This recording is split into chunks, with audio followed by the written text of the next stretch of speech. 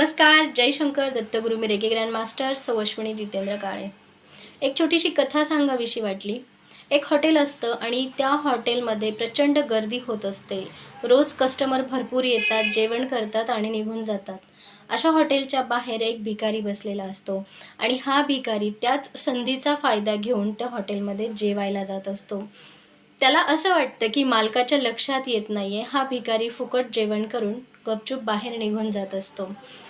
बरेच दिवस त्याचा हा क्रम असाच चालू असतो। एके दिवशी हॉटेलमध्ये काम करणारी एक व्यक्ती मालकाकडे त्याचं तक्रार करत असते की सर, हा रोज येतोय पण तुम्ही याच्याकडनं पैसे न घेता याला सोडून देताय, हे असं काय चालतंय? त्यावेळेस तो हॉटेलचा मालक म्हणतो की त्याच्या ब्लेसिंगवर आपलं हॉटेल चालू आहे। त्याची रोज इच्छा असते की हॉटेलमध्ये अशीच गर्दी व्हावी आणि ह्या गर्दीमध्ये मी गपचूप जाऊन माझं पोट भरावं। आपल्यासाठी कुणाच्या तरी नकळत असणारी प्रार्थना ही आपल्याला खूप लाभदायक ठरत असते।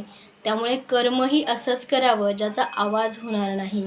आवाज न होणारं कर्म तुम्हाला 1000 पटीने अधिकाधिक लाभ देणारं ठरतं। गोष्ट आवडली असेल तर नक्कीच लाईक, शेअर आणि कमेंट करा। जय शंकर दत्तगुरु।